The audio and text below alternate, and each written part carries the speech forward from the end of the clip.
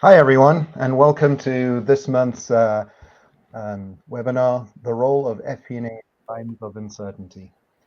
We're lucky enough today to have Ken Fick joining us, but before we jump into a little bit more about him and his bio, and then have some great insights from him, I just wanted to give you a couple of housekeeping items.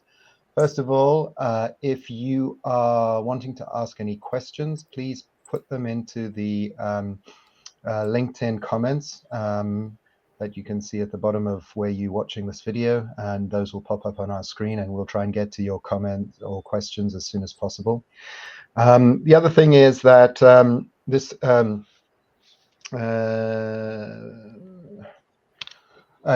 then the other thing is I just wanted to firstly give you a quick overview of FP&A strategy while we're just waiting for other people to join.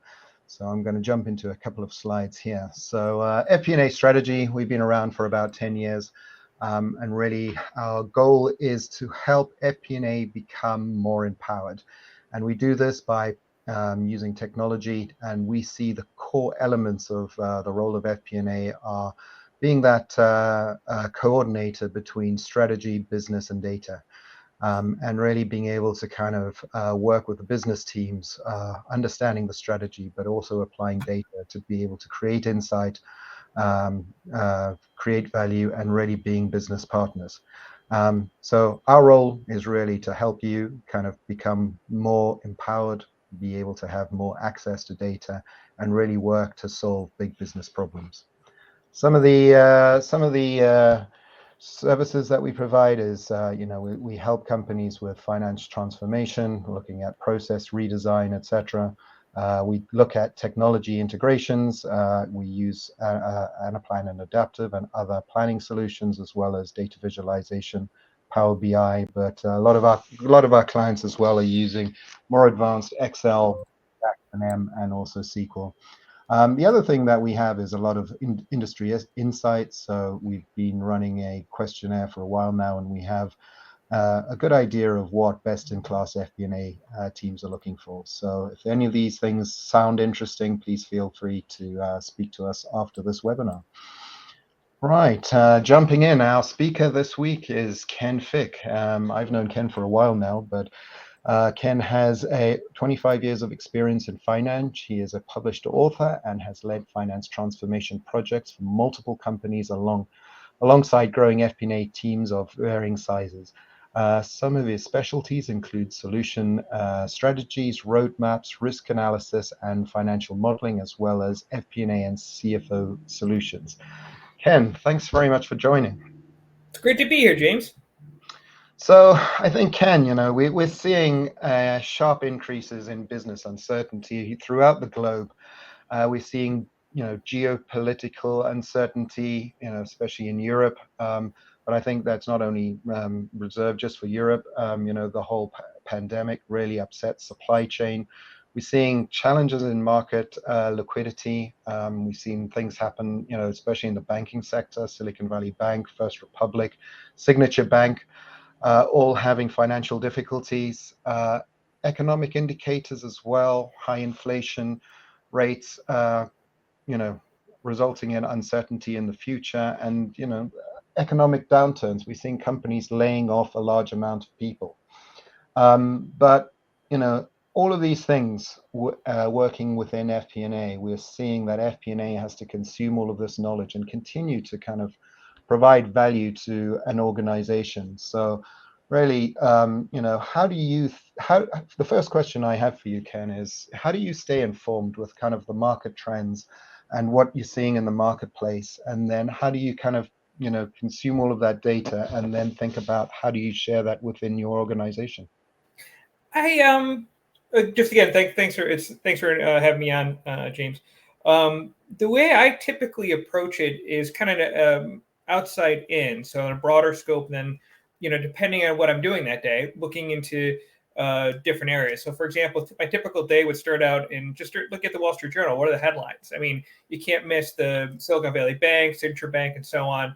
And then actually going in their economic section and saying, okay, what data came out or what data is coming out, whether it be retail sales or whatever.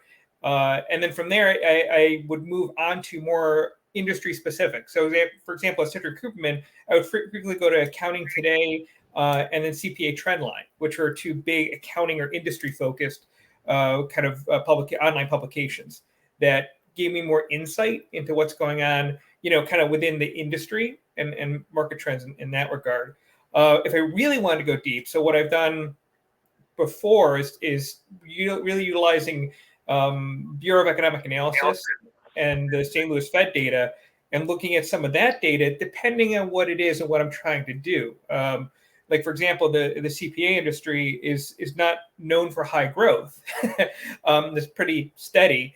But in the past couple of years with COVID, it actually has spiked quite a bit. And I think a lot of that was due to the fact that we could move to remote, right? And we could have, there was definitely a need for scenario planning. There's a need for FP&A solutions because of the uncertainty. I think it's a VUCA, volatile, uncertain. Well, I forgot the other two acronyms for it. And then the need to try to kind of see around corners. And that's what I've done, historically in helping to figure out what's going on with my industry and kind of what's going on in the U.S. as a whole. All right. Well, I mean, that sounds great. So you have all of this information. What are the kind of, what is, as you look at your role as an FP&A professional, what are the sort of strategies that you would then kind of use in kind of consuming this information and really using it to kind of help businesses make better decisions, given that there's this amount of uncertainty? So I view FP&A's role and finance's role really more in a broader sense is to help leadership see around corners. You don't always see clearly. It's not a crystal ball, but to help provide insight into different areas within the company and externally that would impact their performance, the financial performance, and then working with that leadership to develop action plans in order to make corrective actions or to seize new opportunities or mitigate risk to meet a targeted budget or goal that is sometime in the future. And that is done in multiple ways. A lot of what your company does is exactly that. It's scenario planning and understanding not only a base case, but a best case, worst case, and what happens. One thing I found during COVID, and then actually has helped with for some of my clients for Ukraine, and that the global impact of energy prices is looking at a worst case scenario. I mean, nobody, that COVID wasn't on anyone's plan. I mean, that was just, I've never seen anybody say, "Oh, I knew it was coming," in a financial sense, in a company sense. The invasion of Ukraine, yeah, that might have been known, but the impacts and to the energy sector, to Europe, I think was really, you can't predict that, but how you manage it during these uncertain times. So understanding a whole bunch of but for, or what if this happens, and having a playbook that you can actually do a series of actions. Will it be perfect? No. But doing something is almost always better than doing nothing in business. And I think a lot of what I do and what FP&A does in general is to help them do that, to help them make decisions and to take actions. Otherwise, we have a lot of people that I think go into analysis paralysis. And I saw that in many different companies that I've worked with before, where leadership would go out of their way not to make a decision. And, it's like, because, I don't have all the information. Like, well, that's your job. That's why you're getting paid, CEO, Mr. and Mrs. CEO. You're getting paid to make decisions on incomplete, imperfect information. Because if it was perfect and complete, we wouldn't need you. And I think that's a hard thing for a lot of people to kind of come to grips with. No, that's great. You touched on one interesting point there, which was kind of like having that base case, best case, and worst case scenario. I mean, traditional forecasting has just been typically one number. Are you seeing companies kind of move away from sort of that more traditional sort of, I'm going to have one number and that's going to be my forecast, to something that is maybe more than one number? I'm seeing companies. So what's not going to go away is the target budget. So if you have any type of investors, or you're publicly traded, right? You're going to say my earnings per share for next year is going to be whatever, or my EBITDA margin and it's going to be X for the year, not an individual month. I don't see that changing. There's going to be also a budget that's going to be presented to banks and so on. That I think is going to still be the most likely case, right? And what you're going to be targeting for. What I'm seeing now is companies understanding that that's unrealistic. It's impossible in the real world to come in exactly on budget every month and for the full year exactly as you planned. There's just too many moving parts within it, and therefore understanding that the actual target is not a specific number, even though that's provided, but it's a continuum. It's a probabilistic, right?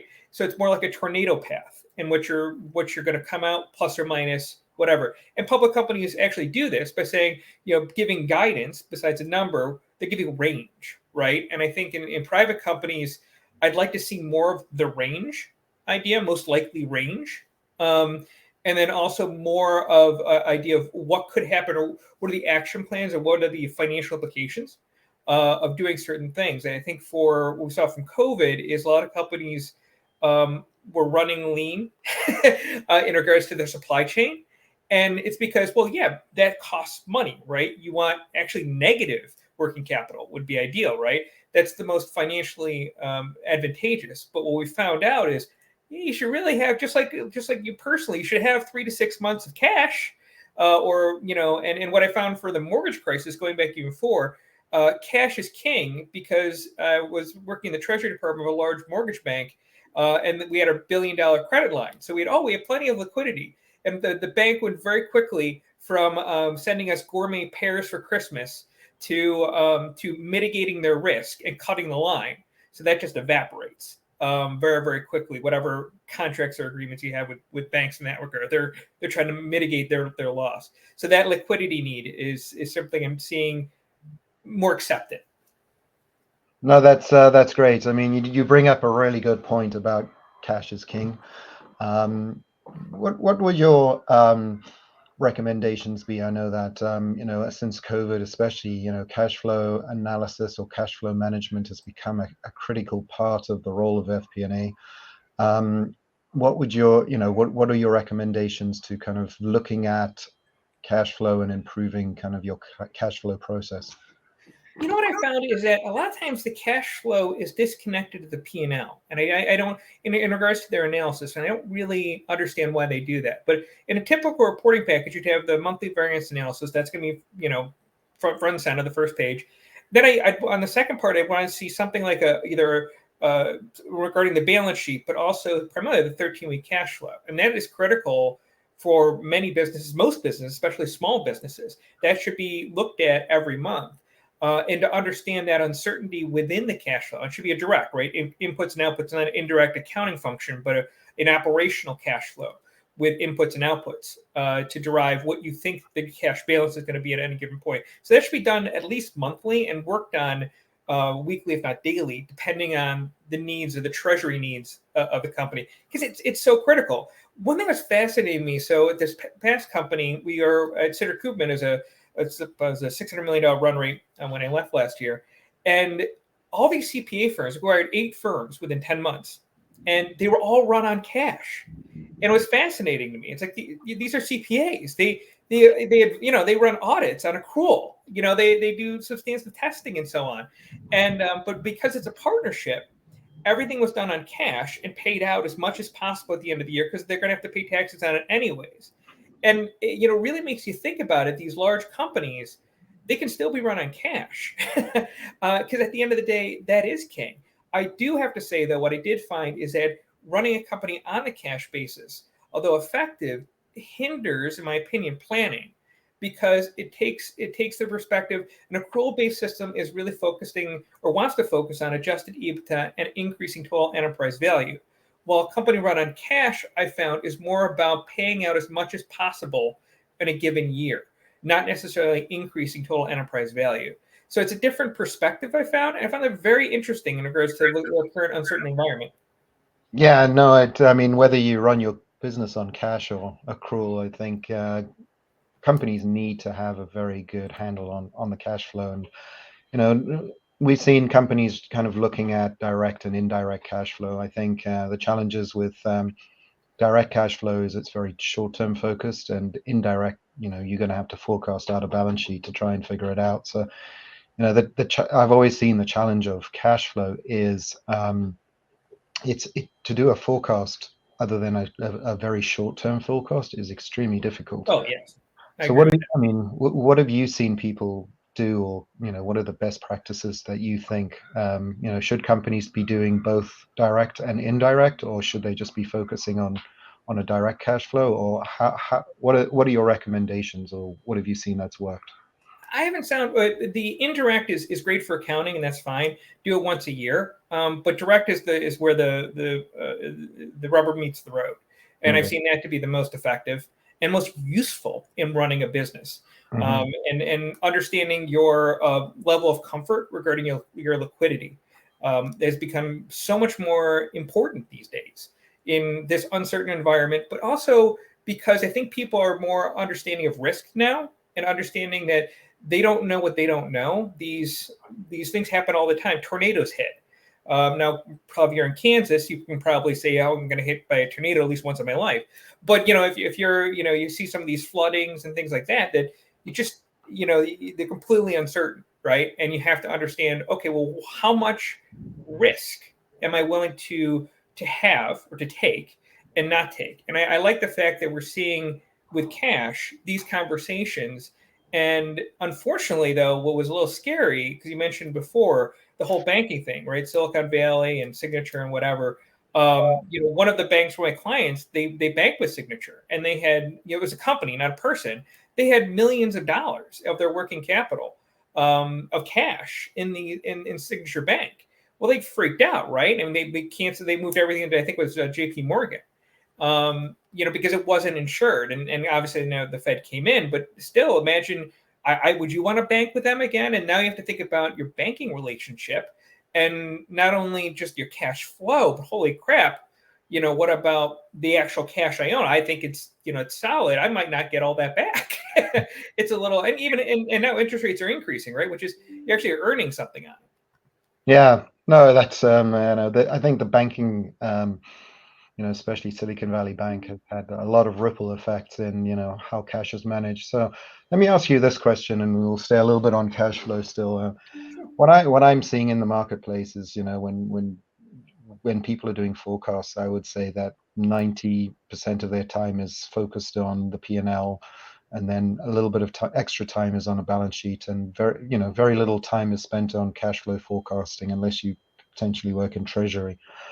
What are your thoughts of like that balance, or should it be more evenly dispersed, or what are your thoughts on that from a Oh, practitioner I, point of I view? think so, but I think for most companies they're EBITDA focused, and that's why some 90% is still focused on the P&L.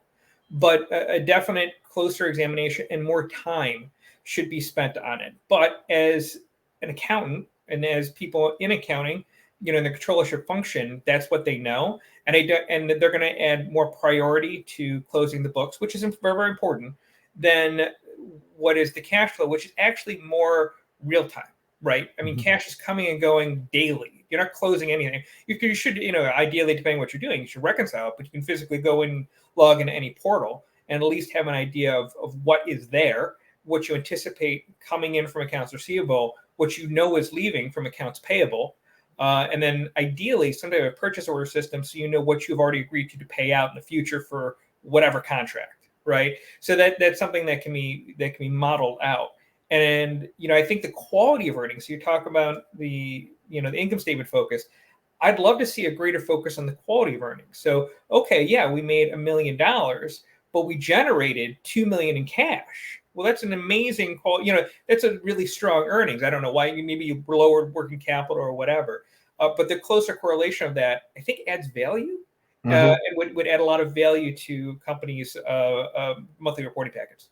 Yeah, no. So you talk a little bit about your playbook, and I'm kind of interested to hear, some of the things that you kind of focus on in your playbook. One of our clients, for example, used to have, a very detailed cash flow analysis, and then out of that cash flow analysis would be, 5 or 6 actions of where to focus on and draw attention to. Um, what other things do you think, in that playbook, and building up the actions? Where else do you think companies should be focusing? I think they should be focusing on their goals and values. So, what do they really want? There's a lot of undermanaged companies in the world. And what I mean by undermanaged is that their ownership, whatever it is, private, public, whatever, is content with a certain level of return, but it's not optimized. It could produce more. It could be more efficient. And I'd like to see, goals set out. Everybody should make goals, both personal and professional, and a focus on looking at those goals. It could be cash flow. It could be income, some type of financial metrics in order to improve their business, and the values. And my values is, what are you willing to do? So, let's say you don't want to, obviously, but there's sanctions on Russia. So there you had to pull out of Russia. You're not going to evade sanctions, right? There's a certain degree of what you believe as an organization. And let's say also, what about employee morale? That's a value, right? I want to have happy employees. It has a financial implication, but my goal is to increase my revenue while ensuring that my values of culture for my people and work-life balance is intact. I'd love to see more discussions like that that look at cash flow and income statement in that perspective. Does that make sense? Yeah, I think it does, and I think so. Let's talk more tactical things now. So I mean, I think like strategically, I think we're all aligned on that. But like, if you were to think back to a playbook from previously, what are some of the tactical things that you would be like focusing your attention on, especially in making sure that the company is ready for kind of times of uncertainty? I'd look at the key drivers that go into the P&L line items. So, for example, in a professional services firm, utilization. So the percentage of time actually worked on a client as opposed to doing something else is very, very, but that's a leading indicator and leads to revenue. The realization. So are you actually charging your client fully for the work performed? Are you giving them discounts or whatever? That's more of a tactical. So those types of KPIs to me are great, more immediate leading indicators that lead to a financial response. And these are things that I like to see, daily. And I think, more pertinently, I guess. And a lot of times what I want to put into those reporting packets, the CFO book, I call it, that every month you'd go through and with the leadership make decisions. All right, so it's really looking at leading indicators. What about cost optimization? Is that something that you think should be included in, sort of that playbook? I think it should be included as a strategic initiative. Yes. So what I mean by that, very few companies I've worked with actually take the time. Capital One did this, which is really impressive. I hope they still do it. Is documenting the process, just documenting any process, their operating process. Write it down and flowchart it, and just simply the act of flowcharting this process and understanding what's entailed in it. There's huge opportunities for efficiency improvement. For example, there's what I found, and I've tried to do this before, is people have the curse of knowledge. I worked for one company, and as a client, and there was a wonderful people doing these like medical billing, basically in claims. And they, well, I take this from there, and then I put it in there. I'm like, okay, well, what do you mean you take it from there? Well, I take it. Well, take what? What do you? I mean, what are you taking? How are you getting this? And long story short, there was this gigantic mammoth Excel spreadsheet she created every month. I'm like, well, all of this can be automated. You know what I mean? It's like, but she thought, oh, well, this is just part of my job. And I'm like, we can have you do other things. You're not going to lose your job. But that process, that efficiency, I think there's huge opportunities I see all the time, and a continual reexamination of these processes. One thing, and thank you for, I'll mention just the Plan, is that you got me into learning more about that and taking, it's one of the few planning systems I've seen that is able to take a little bit more of a proactive approach in taking some of this and automating like the models and having the inputs and outputs, as opposed to just simply a multidimensional database, which I think is quite interesting. Yeah, no, it's I mean, there's definitely taking a lot of those processes and improving those processes. And then what about things like actually focusing on costs? So I mean, obviously being a more lean company and reducing costs and things like that. I mean, we've heard of a lot of companies reducing staff costs, and but what about focusing on other sort of cost optimization strategies outside of labor? outside of labor and probably process improvement. I mean, um, one of our one of the focus areas for one of our clients is really on purchase order management Oh and yeah, being absolutely. able to kind of manage purchase orders, because ultimately that's going to be an expense in the future, and being able to make sure that but I mean, there's a lot of tools out there to manage them, but it's also a good idea to kind of get you know, there's the thing with purchase orders and expenses. There's always trade-offs. Mhm. You're trading off one expense against another expense, because if you had ultimate time and ultimate money, life would be simple. But obviously, you have limited resources. Absolutely. So, do you see like cost optimization? And I come back to the playbook and things, and like the actions coming out of the playbook. Uh-huh. When you were doing this previously, was there a focus on cost, or was it more about the leading indicators, or kind of understanding the strategy and aligning the strategy and getting focused on the strategy? I think getting focused on a strategy was a big part because a lot of times that's fuzzy. The cost optimization part is something that is always in play. So you're always working on, especially with companies with large inventories. Hmm. And what there is opportunity there in regards to that and minimizing that and increasing the efficiency. But I'll go back to what I said at the beginning of this. I think there's a greater focus on risk and understanding that in the risk in the supply chain and understanding where you want to take those risks and how you want to take those risks is something that I think can be improved upon. Hmm. So, coming back to the playbook. So, when you think about, you just mentioned risk and everything like that. How do you go about articulating, the risks and the trade-offs? What have you seen a process around that, or is it more an ad hoc process? Ad hoc. Most times the people don't want to talk about the risks. They Hmm. don't want to talk about, they want to talk about their goals, their vision. This is where we're going to head toward. This is our target EBITDA, revenue, whatever. I've put in the back of presentations, just literally bullet points. And we used to do that of a whole bunch of caveats and assumptions that we made. And what's kind of sad is when I've done that and I've tried to talk to those points, they'd be like, no, don't put that in there anymore. Like, all right, well, fine. I'm going to caveat to CYA, and it'll be in the appendix. But I mean, they just want to hear what more of an investor mindset. Yeah. Okay. That's interesting. So, I mean, if you were, you know, recommending to people, what would you recommend, regarding that risk management and making that more visible?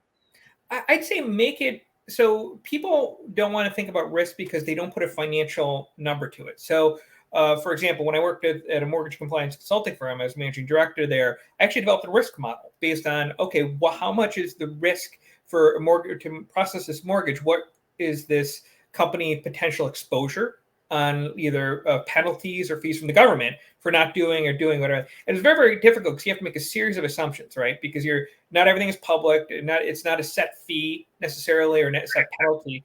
But what we would do is we go in and we assess their system and say, okay, you're at about $8 million in risk. I'm like, whoa, I don't even have $8 million. I'm like, well, that's the worst case scenario.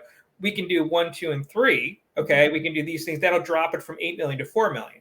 Now that $8 million number was a fictitious number, so it's the $4 million number. But now it can be measured. So what I've done previously is helping people monetize that risk in a conceptual way, qualitative way. Hmm. And it can be a specific dollar amount utilizing Monte Carlo simulations and probabilistic measurements in order to give tornado paths and so on. We can make it as complex as you like about it. I mean, it really depends on how much interest or desire there is to go down that path. But putting a number on it. And then from that number, what are the action steps to lower that number to some other number? And I found that to be the most successful, which is odd because it's more communication than it is actual quantitative work. Yeah. Well, you bring up communication, so let's talk about managing uncertainty in communication. So, I mean, finance organizations and FP&A organizations sit in the center of the finance team, as well as the business teams, as business partners, etc. How do you think communication plays a role in uncertainty, or uncertainty plays a role for communication? company can communicate, and its leadership can communicate better to their clients, their suppliers, and their employees, they're going to be at a significant advantage, right? That's just known. Unfortunately, I think, we're all learning to be better communicators, all of us, anywhere, all the time. And I think during times of uncertainty, that communication is critical. And I saw that increase, right? So a lot of the scenario planning that I was doing in around the COVID time period, it went from, we're just an annual budget updated, quarterly. Well, it was literally daily, weekly, and daily, right? We're like, what does this look like now? Because when COVID happened, it's going to be 2 weeks. Oh, it's just 4 weeks. Oh crap. And then when you look at that, like, okay, you realize that this is going to be different. How does your model change? And that communication needs to happen. So for example, look at the restaurant industry. My family probably eats out, quote unquote, a couple times a week, but we used to actually go out to a restaurant. We just get takeout now. And that whole industry, if you didn't pivot your model to allow for a more expansive takeout, you're screwed. You're screwed, basically. And so this communication as to what is being seen and what changes need to be made and how quickly they need to be made, I think is critical. Yeah, you bring up a great point. We talk about a culture of agility and adaptability in an organization. How do you think FP&A can support the fostering of that culture of agility? I think by providing, again, seeing around the corner, by providing different scenarios and then putting them forward, like communicating them, putting some bright light on them, and putting probabilities on these futures. There's a base case and best and worst. Okay, what's the probability of best and worst? If you want to just get very, very simple, right? And it could be 20% on either side. Well, that's still a measurement. And one thing I found for communication is people respond to some type of measurement, some quantitative measurement, which, we're all prone to it. I think I forgot years ago what they put a counter at the end of a manufacturing line or whatever, and everyone worked harder to improve their numbers when they did that, even though they weren't incentivized to do so, because we're all gamified, right? We're all want to do better. We're inherently, we try, most of us do. Want to do better to do that, and that communication process is helped by having something to measure against and then communicate on. No, that's great. So just to kind of summarize that, the counter at the end of the assembly line is basically us communicating out the leading metrics. Is that what I'm hearing? Yeah, I mean, I go to Starbucks, like everybody in America, and their takeout, they have a monitor, and I think it's measuring like how much time from an order to the window, or there's like several other metrics on there. That's a form of communication, and I understand they're trying to get their metrics right, but if it wasn't, if a person doesn't know that is a measurement, I bet you they probably increase the efficiency, which go back to you mentioned before, but process efficiency, right?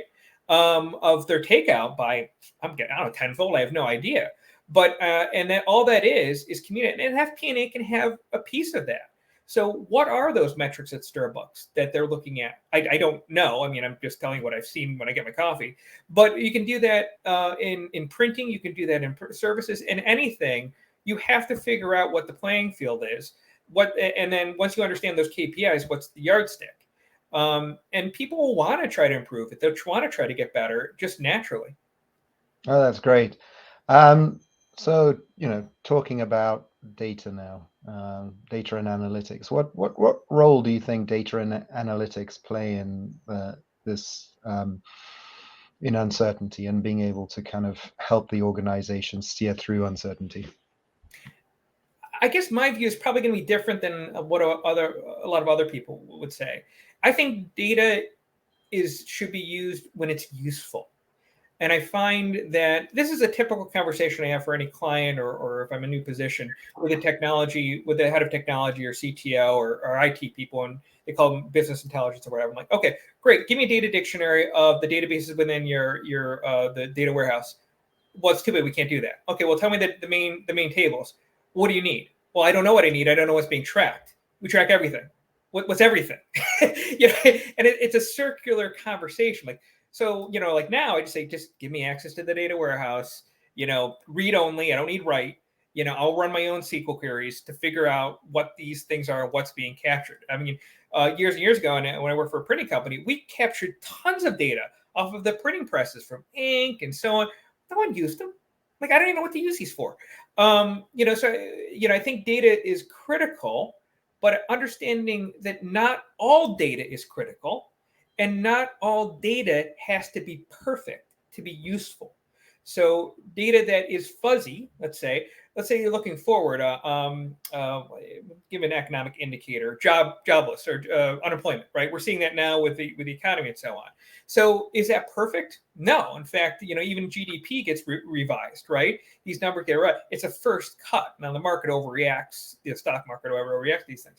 But what is useful about it? It is simply a signaling mechanism.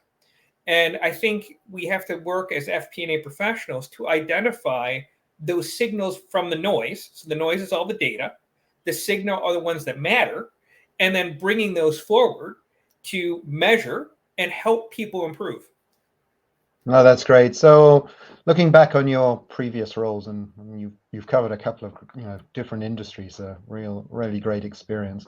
On those roles, did you ever use external metrics on an ongoing basis, like GDP or those things, to as part of your planning cycle? No, and I've wanted to.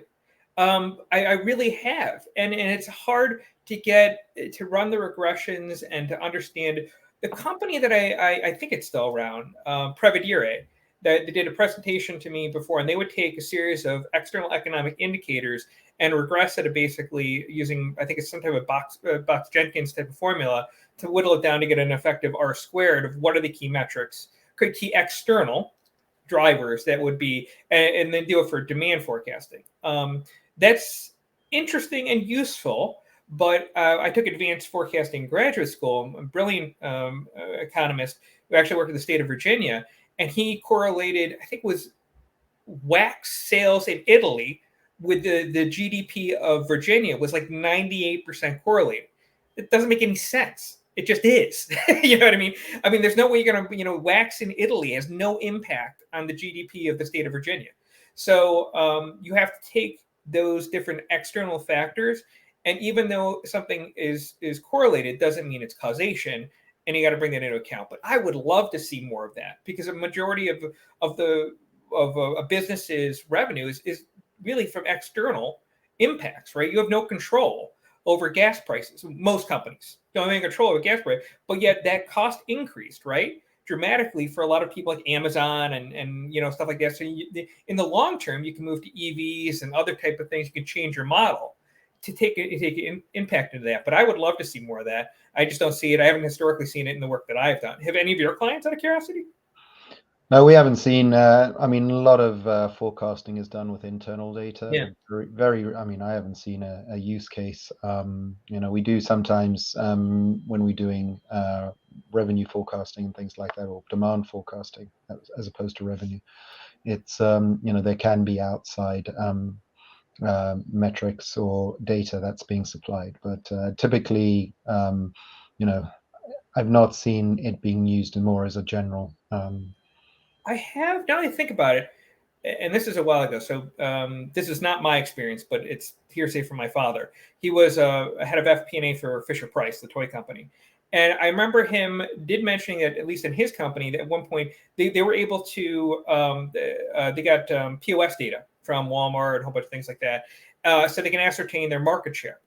So, well, the industry, if the total toy industry grew, I'm making up 10% in the year, and Fisher Price only grew 6, you actually lost 4, right? Mm-hmm. It's some type of measurement. So I'd love to see that type of, like, for our clients and our people, even looking at more of an industry. So let's say, forget about the larger macro, but look at that. Even if it's backward looking, did we do well? Well, we hit the internal target, like you and I help our clients do that, right? What is that budget, that planning, that target, and the perspective around it? But, no company is an island. And the help FP&A can help leadership understand that island has a whole universe that is imparting on it, and you have to take a look at how it's growing and changing in context. On the flip side of that, if you didn't meet the targets or you lost revenue, Well, if you only lost 2% and the entire industry is down 10, it's a win. You know, you are able to fight another day. And I think that's a really good perspective. I'd love to see more. No, that's yeah. I was just remembering my days working for Nokia. We definitely, everything was based on market share. So, if you grew the business but you lost market share, that was not a good thing. So back then too, right? Everything was about it. Not making money. yeah. Remember, in the late '90s, early 2000s, the metric was clicks or whatever it is. Like they have no relation. They all went bankrupt, right? The sock puppet guy. But yeah, that's a different perspective. Yeah, no, it's great. So talking, about you mentioned a bit of transformation and doing a digital transformation. How do you see that playing a role in kind of managing uncertainty? I see it helps increase flexibility, but I think it works best with citizen developers. So where a lot of times I've seen in order to catalyze or to move faster, they have business intelligence teams that maybe are experts in automation and let's say not Power Query but Power BI, but Flow or Power Apps or something. Something like there's tons of automation software out there. And instead of really educating the people that are doing the work, I'd love to see, let's say, a head of AP go to a 1-week deep dive on whatever automation anywhere. Let's say the company chooses automation anywhere. Okay. And then from there, say, okay, well, this is my process. How do I tell the IT people or the automation experts how to automate it? I don't have just telling a technologist and having them mapping it out. What I found is that the technologists know the software cold. They can code it. They knew nothing about the process of the business. And then you have two separate heads. And I've never seen anything remotely good, I guess in the longer term, in regards to an automation process without a better communication flow. And I think both sides for automation need to come together on that. And then that increases the flexibility part and the efficiency. So when you see the automation, right, if you can do more, you can have one person manage more clients, right? That's great, because then what if you lose 10% of those? You don't have to fire somebody, right? You have greater flexibility. And I think that automation, a lot of times that FP&A strategy, your firm helps companies produce, increases that flexibility. Yeah, so I mean, the research that we've done with FP&A trends has shown that a lot of the time FP&A are spending 80% of their time in low value activity like collecting data, validating data, cleaning data. So that's a lot of the role of FP&A these days, is to kind of pull the data. Now, granted that we trying to augment data and make it stack it up against what the financials are, and for example, pulling external data and internal data. The challenge is that people aren't spending enough time on sort of the more strategic stuff. So we do see that there is an opportunity if we could just reduce the amount of time of data collection and data cleansing. There is an opportunity if the data is already there and available. Well, but what I've found is that people don't know the data they have. Mm-hmm. For example, I've gone into companies and you're like, well, first of all, everybody can do the same thing. They Dell Boomi, the ET Ultra, they're amazing, right? So they can attach to whatever database, the API or whatever. The problem is the data that they're attaching to isn't tagged at the onset correctly, or the way that the ownership wants to see it, which I think causes some of that frustration, in regards to the cleaning and the cleansing, Mm-hmm. getting the data. And that's something that I think needs to be worked on. Yeah. Okay. No, that's helpful. Yeah. So I don't know if you've got any examples of where there has been a lot of market uncertainty in your companies that you've been working has faced, and how you as part of the FP&A team have navigated through that. So in the forensic litigation or specialty consulting area, so look at Berkeley Research Group. I also work for a company called FTI Consulting. It's a publicly traded large company as a client service professional.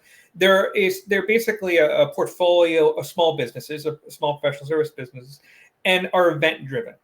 So, whether a litigation or bankruptcy or restructuring or evaluation, they're not periodic, right? They're events that occur, and there could be times of great volume and other times of starvation. It all depends on your expertise and what you're doing. So the way I've approached those types of things is to really look at them in a weighted basis, right? So it's a dumbbell strategy. So you have things at the high end, things at the low end. Those are always moving around, but you're looking for the middle of that dumbbell. And how do you identify which one is going to win or be the highest and which one's going to lose? You can. I put probabilities around that of what I think is going to happen. What usually comes out is never exactly what I think is going to happen. Like during the Great Recession, right? We had a bunch of bankruptcies. Well, I thought corporate structuring is going to go through the roof. Well, yeah, airlines and certain other things, but in other things it didn't. The bottom didn't fall out. So that changes things. But you're looking always on that kind of that weighting of those two and the probabilities of those occurring. All right. Yeah. So then, we talk a little bit about sort of the action plans and things like that, which are all short term, and then you've got the more mid to long term strategies. How do you balance those things out during times of uncertainty? Well, you got to figure out. Hopefully, there's a 5-year plan or whatever the goal is, and then we've worked back to what you need it to be. And let's say you work back to, okay, I need to grow, I don't know, 150% this year in order to meet my 5-year goal, right? Well, now we're going to hit an event. An event occurs. Well, that changes your timeline. That event could be positive or negative. It could be a black swan. It could pull you back. It could push you forward. You don't know. When the event's occurring. You don't know what the implication is going to be. But I think the communication, understanding to your leadership and to the investors that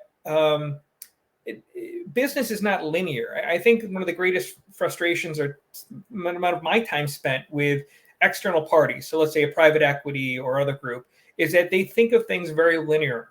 Oh, you have a problem? Great. Here's 20 people. Well, I could use 100 people. I still have to train them. I have to get them. It doesn't expedite solving the problem.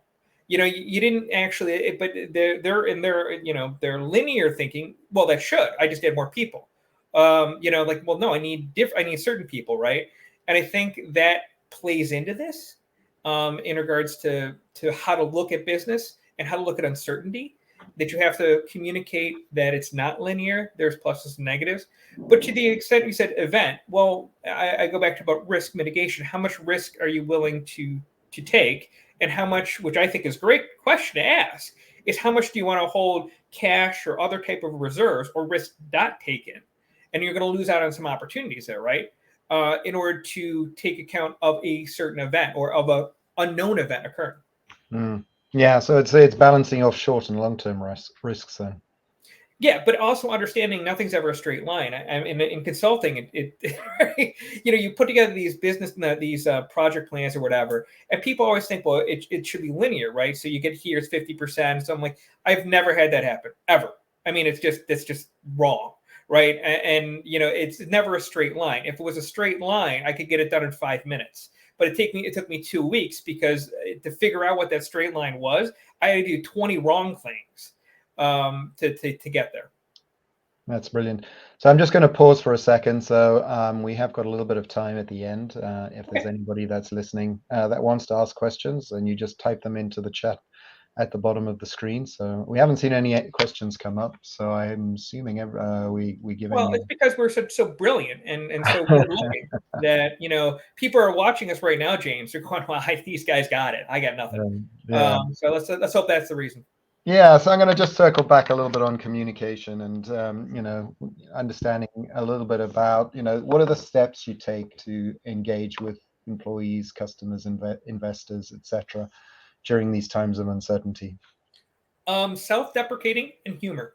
I find that people can be disarmed if they begin to open up and understand that the absurdity of their situation or the condition or whatever it is. And we all live in uncertain times. We all live in difficult situations, right? Not acknowledging that fact is I think, the worst thing you can do. Or claiming, well, we should have known. Well, woulda, shoulda, coulda. I mean, when you're placed under stress in the situation, that you can't know. So yes, and I'm dead serious. I do use humor. Maybe it's a defense mechanism that I use personally, but I do find it disarming. But some people are very serious, and they want something that is more concrete, and you should communicate with them in the exact way that they want to be communicated with. But it doesn't mean that you don't communicate it effectively and frequently, even if they don't like it. And that's really hard to tell people that their baby's ugly.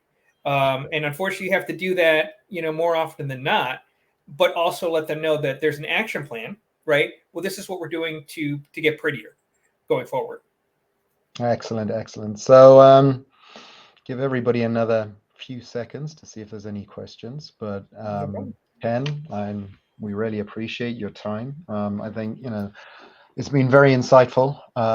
We've definitely, if last parting words, any kind of broad thoughts on kind of how to embrace uncertainty in FP&A and how to make the world a better place. See, I guess nobody's perfect. Don't try to be. Model what you can and plan for what you don't know. No one knows the unknown unknown.